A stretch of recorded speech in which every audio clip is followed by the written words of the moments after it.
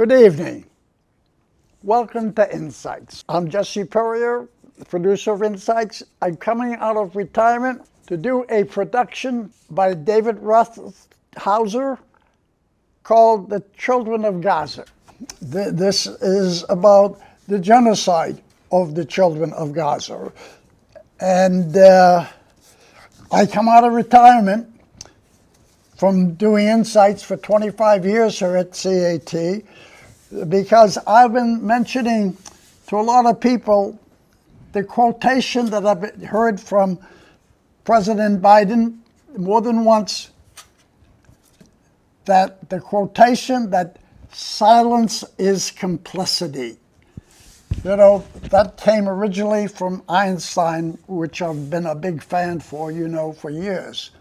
Silence is complicity. And I've been silent, but even though in my old age I do this one show out of retirement with my fellow veterans down at Faneuil Hall on Memorial Day, and one of the men that behind this, and we had a committee of number of people where you'll be seeing, but the major man behind this who put it together at the beginning for us to be at Faneuil Hall for this production by David and my good friend and past coordinator, Doug Stewart.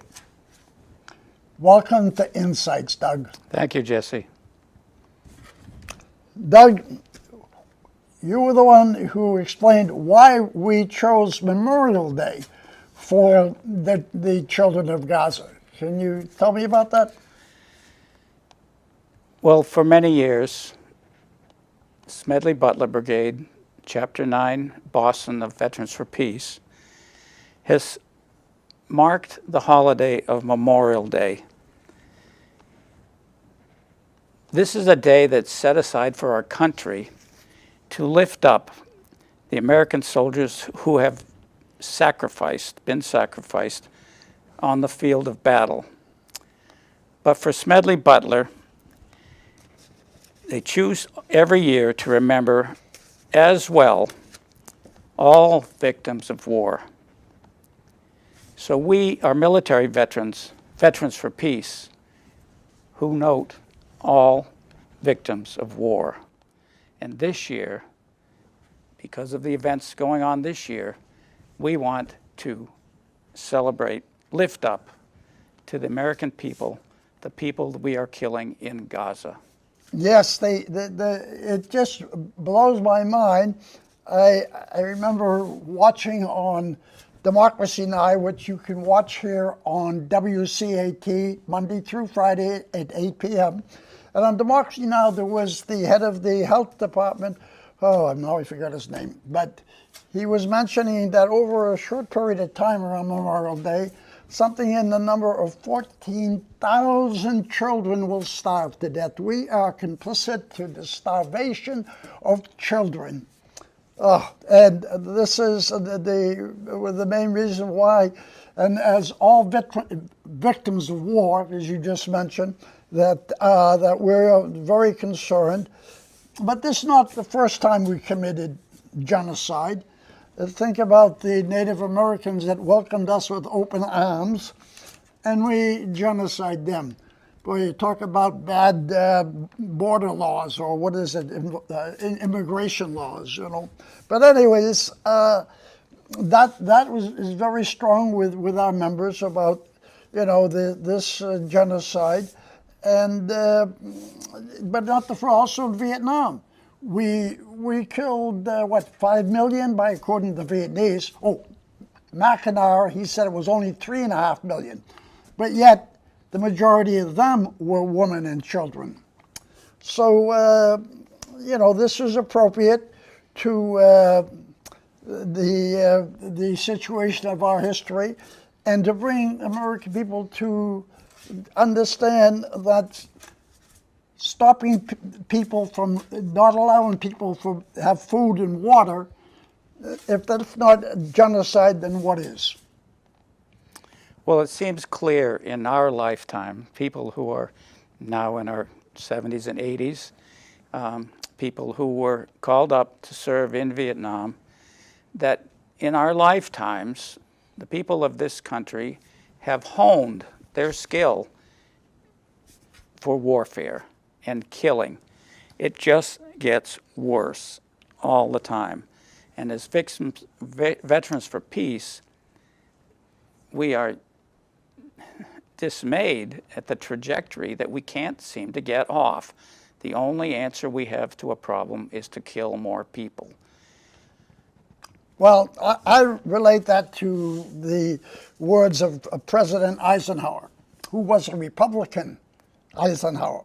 And his last words in office, which was to warn us for the future, and his words were, "Beware of the military-industrial complex." This is what it's all about. The money for these people who are making a fortune, like where as soon as these recent wars broke out, who were the first ones running down to buy stocks in Raytheon, Lockheed, as our congressmen and senators. But, you know, I don't know, when do you think that we're going to stop this war economy? Well, Eisenhower warned of the military-industrial complex, but since that time it has become ever more clear that it's the industrial congressional complex.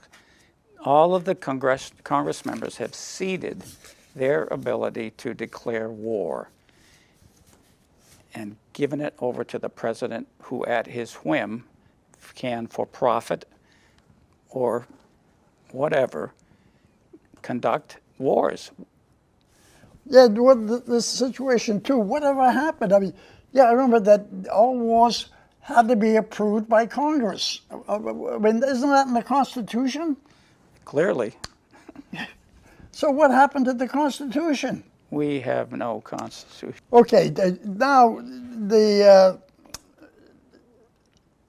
last year we did, was the last memorial that I videoed, and it was a memorial to all the great guys, and like you said, the Veterans for Peace, and you know, pretty much all the ones that I know, that some of our best friends and the people in our life were members of VFP. As we've aged, our abilities to carry on this campaign have faltered because of so many people that have disabled and died. We're the last of the Mohegans, huh? Yeah, getting there. Okay, so that's pretty much. You got any last words? Well, for Memorial Day this year, the celebration, our celebration ended, but we know now, many weeks later now, that the war has not ended. Our ceremony lifting up the Children of Gaza ended, but it goes on incessantly. Every day we hear 50, 60 more people die. And we are complicit. Those are our weapons killing those children, and we need to honor those people, remember them. Okay, I'm coming up, and pay attention, don't go away, because upcoming is the video production of the Children of Gaza by David Rothschild. How do you say David's last name again? Rothhauser. Rothhauser, and I'll always remember David now from his words. Children. Now I forgot it. Children are non-negotiable. Children non-negotiable. Yes, David. He did a great job in this production. And stay tuned, watch it, and think about it, and let your conscience be your guide.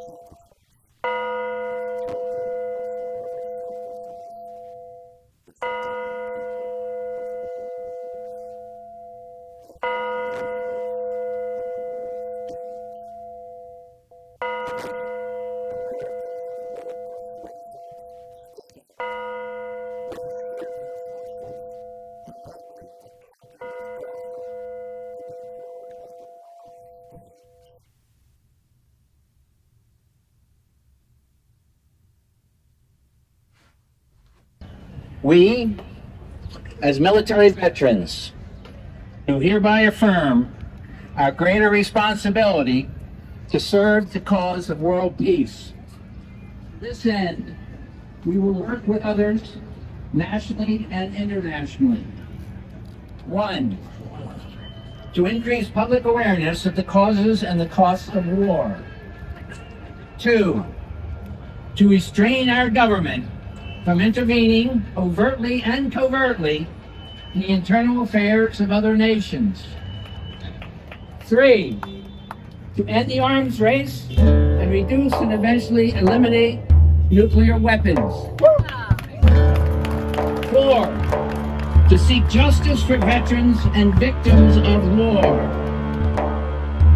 I just want to say that the war against the people of Palestine, the genocide being conducted in Gaza, in my view, is a war against working people in general.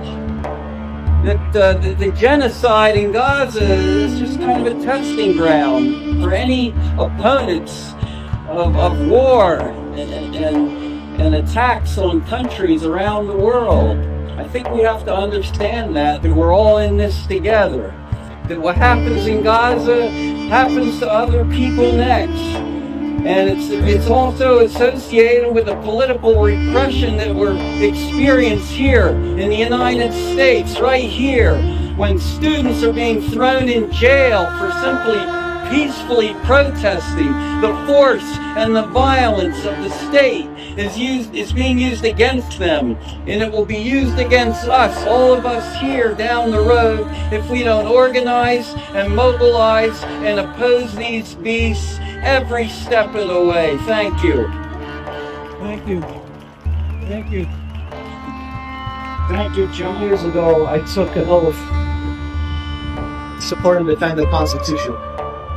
I am a Coast Guard reservist, and I stand here as a resident of Boston who actually works in the building behind you. And I've had the privilege of befriending 2 kids from Gaza. Speak up. All right, thank you. I had the privilege of befriending 2 children from Gaza in the last year. One whose right leg was blown off, the other who has burns all over his body, who are getting treatment here at Shriners. And I just want to thank you all for being here. I actually just walked by, coincidentally, I didn't know this was happening. I was just at the USS Constitution thinking about my responsibility as a enlisted service member to my country. And I believe in America first. I believe this war is unjust. I believe I have an obligation first and foremost before God Almighty to say something against it, and that's why I'm here. And so thank you all. Thank you. People in Gaza are living in an outdoor prison. They didn't choose to be in a place where they would be targeted. They're locked into a place where they are being targeted, where almost every home is destroyed, almost every university, almost every hospital is. People we all know are starving, and without the most basic things, water, medicine, food. And it's a life of over 500 days of continual torment. Anyways, the latest news that's blowing my mind. It was on Democracy Now!, and I believe the head of the UN Health Department was mentioning that, and this was Thursday, that 14,000 babies would starve in 4 days. 4 days. Shame! 14,000 babies! I mean, where are we? Can you believe it? 14,000 babies are dying in 4 days with nothing in the media? We gotta be louder. But we gotta do more. This is just mind-blowing what's happening. So I just keep saying that number 14,000 babies. God. Yes, my name is Ken. I'm a veteran of foreign war, and I've seen the horrors of it firsthand. I've lost friends, I've lost family, I've lost loved ones. But We were sent to a war zone.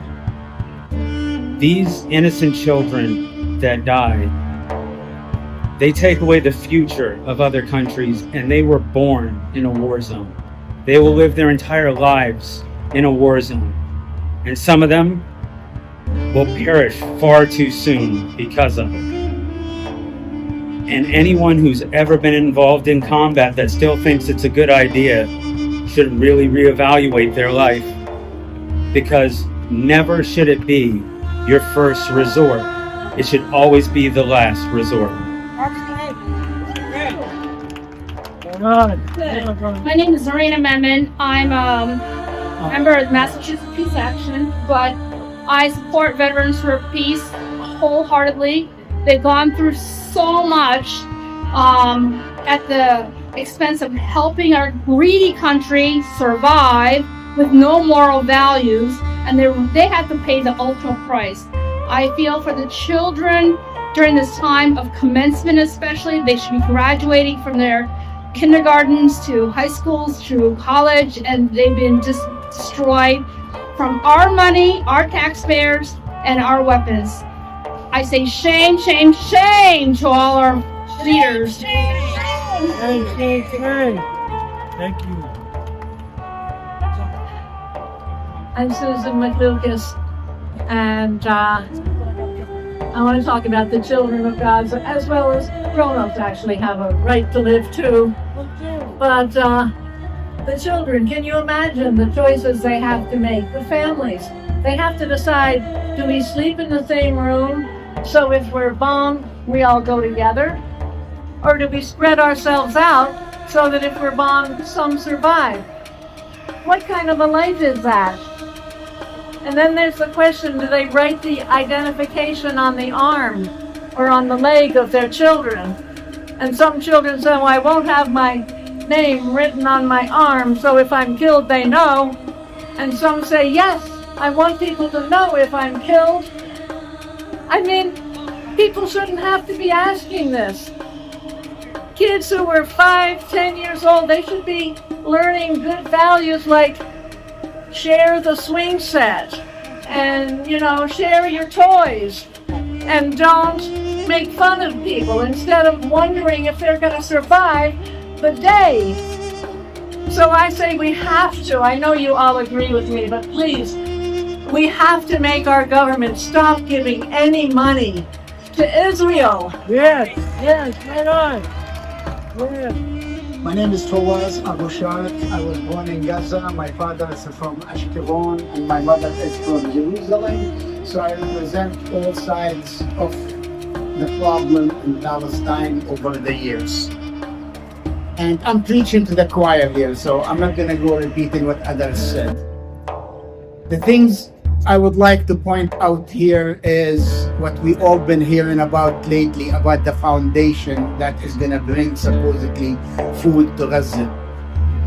And I like to bring it up now because beside the fact that United Nations refused to work with them because it's not partial and it's just another step in the colonization, the worst part about it, and it's not going to work because people have to walk 15 kilometers to have food, so they can walk back another 15 kilometers so they can cook it if they can cook it and keep going forward.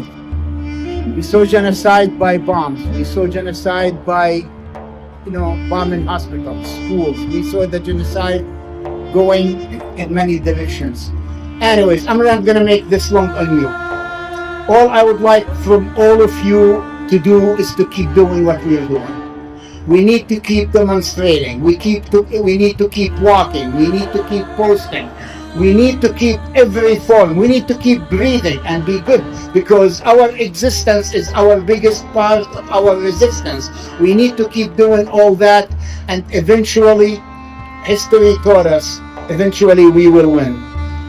From Turtle Island, in solidarity for a free world, starting with a free Palestine. Yeah, right on. Thank you. How many people here have children? My children are both from a third world country. right? When I hear that word, I think of my children. I think of all children. So it's very important for us to really get a handle on this. When you hear collateral damage, that's the inhumanization of human beings, mostly women and children. And it's very painful. So I really want you, before you leave today, to go and look at these pictures. Look at John's pictures back here. Look at those pictures over there. Just don't look at them. See them. Please see them, because they represent collateral damage. And that's what our bombs are doing in Gaza. And we need to continue to resist that and bring this to an end. As was mentioned earlier, I served in one of those campaigns in Vietnam where millions of people, hundreds of thousands of children were slaughtered. And that wasn't the first. In Korea, there were at least 3 million killed. And the Air Force commander at the time said they'd run out of targets. No more schools to bomb, no more hospitals, no more buildings. Millions of people, a whole society forced underground by the actions of our government. The children of Palestine die in a bedlam of cries and pain, in despair, lamentations, screams, exploding ordnance, buildings falling around them. And I cannot imagine what other sounds of bedlam. They lie starving, wounded, without much medicine, if any. Their eyes, at first shot by the pain and torment, desperately seeking outside for help, are eventually sucked into the vortex of pain. Their eyes no longer attempt to focus, but turn toward the tunnel of torment, at the end of which is this light of infinite distance. The body count in Gaza is not even close to what is really going on.